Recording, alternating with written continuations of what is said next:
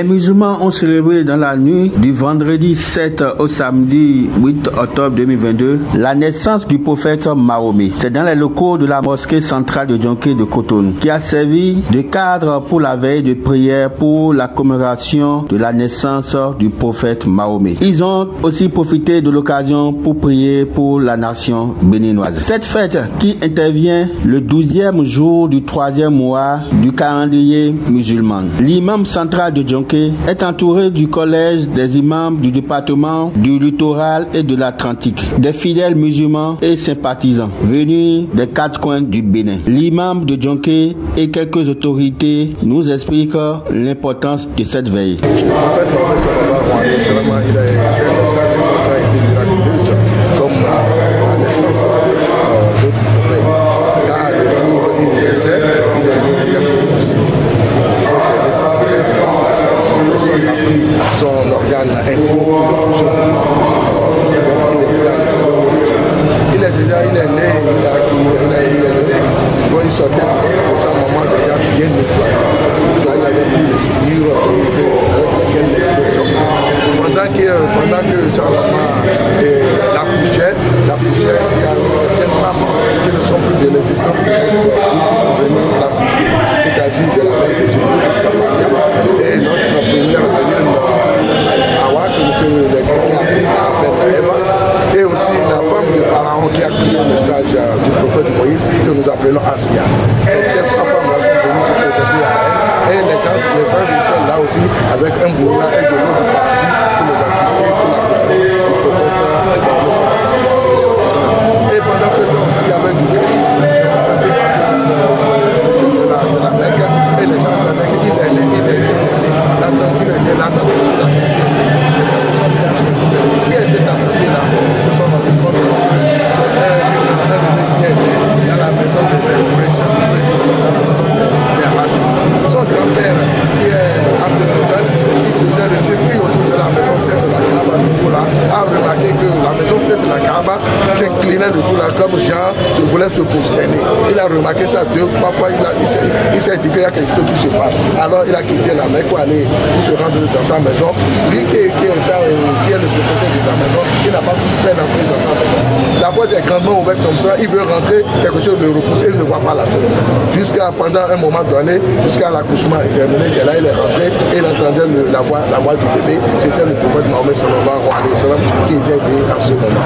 Pendant que le prophète Mahomet sallallahu alayhi wa sallam naissait cependant, il y avait le feu qu'adoraient les Iraniens d'antan. Ce feu a fait plus de 1000 ans qui n'a été jamais éteint. Brusquement, sans aucun vent, sans aucune goutte d'eau, ce feu s'est éteint. Ils ont consulté les divinités, ils ont su qu'il y a un nouveau-né de la Mecque qui est ce jour-là. Ils ont mené leur enquête, c'était le prophète Mahomet sallallahu alayhi wa sallam, pour ne citer que cela. Donc c'est de là que la célébration de la naissance du prophète est un événement et qui marque les musulmans une fois l'année quand cette date vient, nous célébrons cela. Et le prophète Mahomet sallallahu alayhi wa sallam lui-même, il a célébré non seulement sa date de naissance, mais il a aussi célébré le jour de sa naissance. Parce qu'il est né un lundi. Et d'habitude, il jeûne les lundis en guise de reconnaissance et de gratitude qui sont sérieux. Quand les compagnons lui ont demandé mais pourquoi tu jeûnes les lundis, il a dit oui, lundi est un grand jour pour moi, mémorable parce que c'est lundi que je suis né. Le premier jour j'ai reçu la prophétie est un lundi et le jour je vais quitter ce monde pour l'au-delà sera aussi un lundi et ça a été ainsi. Donc c'est tout ça la fonde la base de notre célébration à la commémoration de sa naissance. C'est quelqu'un qui s'est donné il avait 40 ans quand Dieu lui a confié la prophétie. Donc il a commencé à être prophète à partir de 40 ans. Mais avant 40 ans, il a l'habitude d'être déjà. C'est quelqu'un qui n'a pas de l'argent qui est bloqué par le prophète. S'il trouve de l'argent aujourd'hui, il distribue. Et l'humilité, je crois que c'est sa force. D'après ce que nous avons vu dans les hadiths. Et c'est quelqu'un qui préfère donner et rester comme ça. Il partage. Et c'est ça que les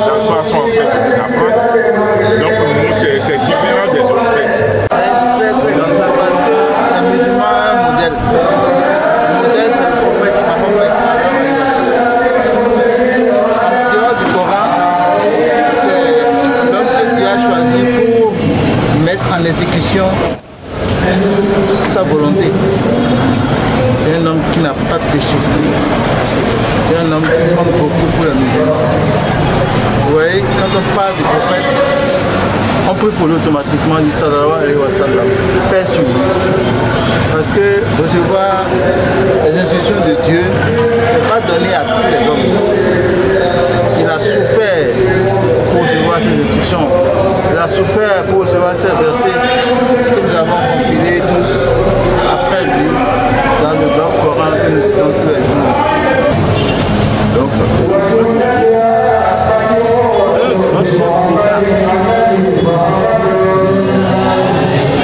un grand religieux, un grand guerrier, a cheval toujours sur la paix. Le prophète Mahomet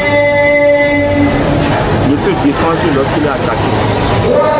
Et lorsqu'il se défend, ce n'est pas lui-même qui se défend, c'est Dieu qui l'aide.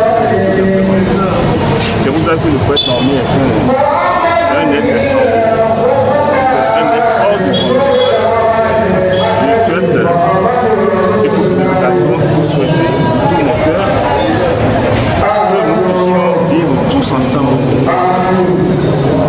dans la paix, dans l'amour,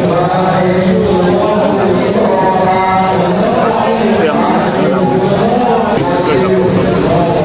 Excusez-moi d'abord, c'est Dieu. Dieu, c'est Dieu, c'est Dieu, c'est Dieu, c'est Dieu.